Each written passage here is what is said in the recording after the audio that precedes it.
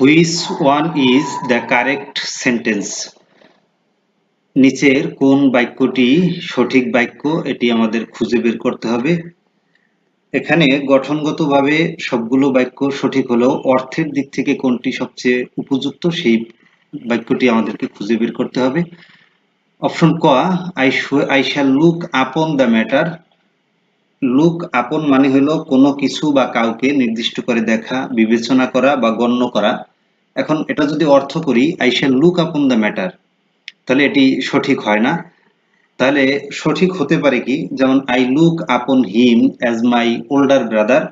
আমি তাকে আমার বড় ভাইয়ের মতো মনে করি বা বড় ভাইয়ের মতো দেখি। তার মানে লুক আপন মানে হলো দেখা, গণ্য করা বা বিবেচনা করা, যেটা এই ম্যাটারের সাথে যায় না। অপশন খ, look into the matter. Look into মানে হলো তদন্ত করা।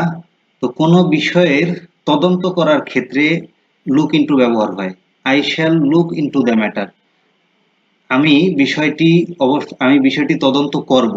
সুতরাং এটি একটি উপযুক্ত বাক্য, অর্থাৎ এখানে লুক ইনটু যে ফ্রেজাল ভার্ব এটি এখানে সঠিক ব্যবহার এবং এটি হয়েছে বিদায় এটি সঠিক উত্তর।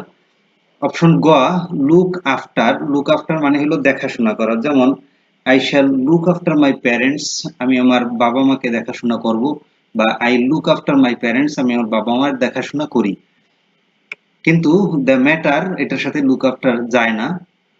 অপশন ঘ, I shall look for the matter. Look for মানে হলো খোঁজা, খোঁজ করা, তাহলে এটিও এটির সাথে যায় না।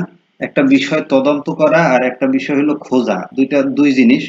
সুতরাং সঠিক উত্তর হবে লুক ইনটু, অর্থাৎ I shall look into the matter, আমি বিষয়টিকে তদন্ত করব, এটি হলো সঠিক উত্তর।